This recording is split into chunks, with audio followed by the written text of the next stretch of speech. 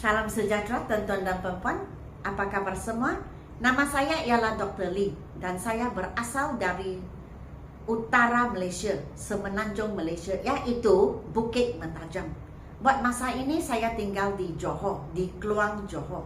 Dan selamat menyertai program saya di mana saya menganalisa, menghuraikan dan berkongsi dengan kalian tentang kertas bahasa Inggeris SPM. Jadi untuk bakal calon-calon SPM tingkatan 4, tingkatan 5 ataupun ibu bapa ataupun guru-guru, sila ambil perhatian tentang format terbaru selepas tahun 2021.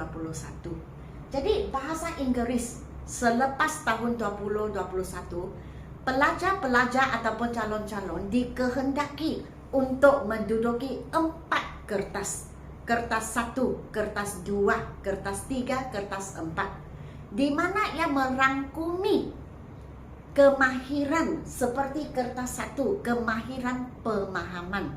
Memahami apa yang kamu membaca. Hari ini kertas 2, yaitu kemahiran menulis. Kalau kita sebut menulis, maksud kita menulis karangan. Dan seterusnya kertas yang ketiga dan keempat itu merangkumi kemahiran mendengar dan bertutur, atau kita cakap lisan. Seterusnya saya akan ke paper 3, kertas ketiga. Buat hari ini kertas 2. Jadi seperti kita tengok di sini, kertas 2 itu markah penuh ialah 60 markah.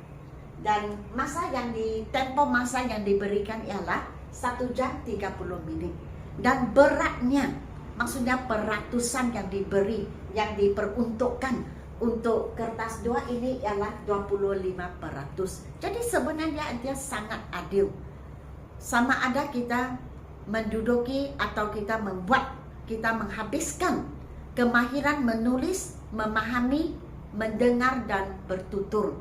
Kesemuanya keberatan peratusannya sama, 25%, 25%, 25%, 25%, dan kesemuanya 100%, ya.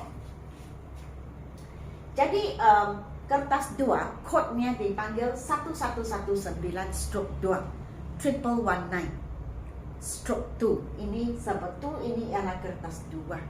Jadi kertas 2 dibahagikan kepada 3 bahagian. Bahagian 1, bahagian 2, bahagian 3. Jadi bahagian 1 dipanggil short communicative messages. Kalau kita tengok short, kita tahu lah pendek. Pendek maksudnya kita tidak perlu menulis panjang. Karangan kita tidak panjang. Communicative kita tahu perhubungan atau hubungan. Messages ialah message ataupun pesanan. Jadi biasanya ini dikeluar dalam bentuk email. Jadi email sangat penting sekarang. Sama ada kita email rasmi atau tidak rasmi. Sangat penting. Dalam semua, kita boleh katakan dalam semua transaksi di dunia perdagangan sekarang, di dunia perniagaan sekarang, kita menggunakan email sehari. Setiap hari kita menggunakan email. Setiap saat kita sedang menghantar di seluruh dunia. Sebab kita sekarang di era globalisasi. Jadi kita mesti cepat. Dan email itu mungkin 2 atau 3 saat kita sudah sampai ke suatu negara yang jauh daripada negara kita. Sebelum ada email, kita menggunakan English panggil snail mail. Jadi maksudnya surat dalam bentuk snail. Snail itu siput babi. Jadi perlahan-lahan begitu. Jadi kita kirim sampai ke luar negeri mungkin mengambil masa seminggu. Tapi dengan adanya email, 2-3 saat saja sudah terima. Jadi transaksi kita boleh dilakukan, bisnes boleh dijalankan dengan cepat. Sebab itu pelajar-pelajar dikehendaki dan perlu tahu bagaimana menulis email. Jadi keluarlah soalan ini. 20 markah penuh diberi kepada bahagian ini dan kita dikehendaki menulis 80 perkataan, lebih kurang 80 patah perkataan sebab pendek. Kamu diberi satu soalan dan kamu mesti menjawab soalan itu. Kamu tidak ada pilihan. Part 2 dipanggil guided writing. Dengan perkataan guided kita sudah tahu. Guided maksudnya panduan. Guided writing maksudnya penulisan berpandu, di mana dia memberi kita satu tajuk dan dia akan memberi 2 atau 3 soalan. Kita panggil kunci perkataan supaya kita tahu dia memandu kita bagaimana menulis karangan. Contohnya, bila ia berlaku, mengapa ia berlaku, dan apakah kesannya. So kita tulis sekarang, kita merujuk kepada ketiga-tiga kata kunci yang telah diberi, dan kita tulislah karangan. Setiap paragraf mungkin 40 hingga 50 perkataan, kata perkataan, jadi kesemuanya 150 perkataan penuh. Jadi di antara 125 hingga ke 150 patah perkataan. Jadi mungkin dia tanya siapa, mengapa, bagaimana, apakah, yang manakah, faktor-faktornya, apakah sebab-sebabnya, apakah kesan-kesannya, begitu. Jadi jangan merujuk ke kata kunci yang diberi. Kita sudah tahu, oh saya mesti tulis siapa dulu. Contohnya orang yang paling saya sayangi. So dia cakap siapa, jadi kita tahu kita mesti sebut orang itu. Kemudian mengapa orang itu amat kita sayangi. Dan kesan apakah, kesan-kesan mungkin dia adalah ibu kita. Jadi apakah kesan-kesan perliharaannya terhadap kita yang memberi kesan yang begitu mendalam terhadap kita.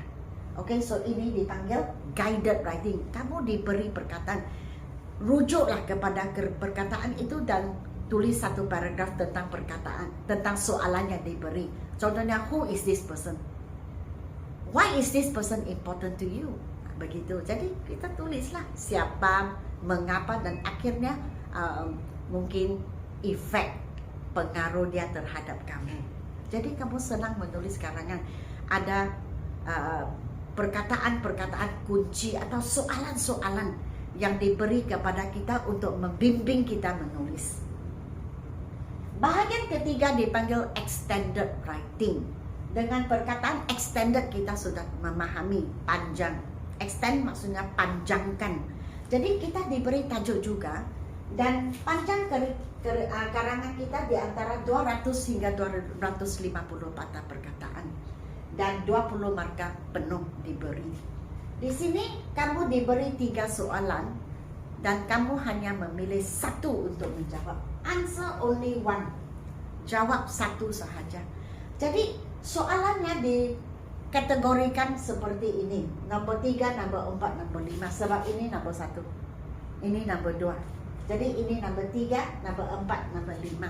Jadi dari soalan nombor 3, 4 dan 5, kamu pilih satu untuk menulis. Jadi soalan nombor 3 dan soalan nombor 4 dipanggil karangan berformat. Jadi biasanya kamu dikehendaki untuk menulis reviews. Reviews ialah ulasan. Ulasan mungkin sebuah buku menarik yang telah kamu membaca. Jadi perengan yang pertama, paragraf yang pertama, kamu tulislah nama buku, siapakah penulis, penerbitannya, bila dan oleh siapa. Kemudian mungkin kamu boleh ceritakan cerita ini, apakah jenis cerita ini, genre-nya, adakah ini romance, atau ini satu fiction, atau ini satu buku berbentuk imajinasi, begitu. Dan paragraf 2 kamu akan tulis sinopsis, maksudnya pendekkan satu cerita dalam satu paragraf.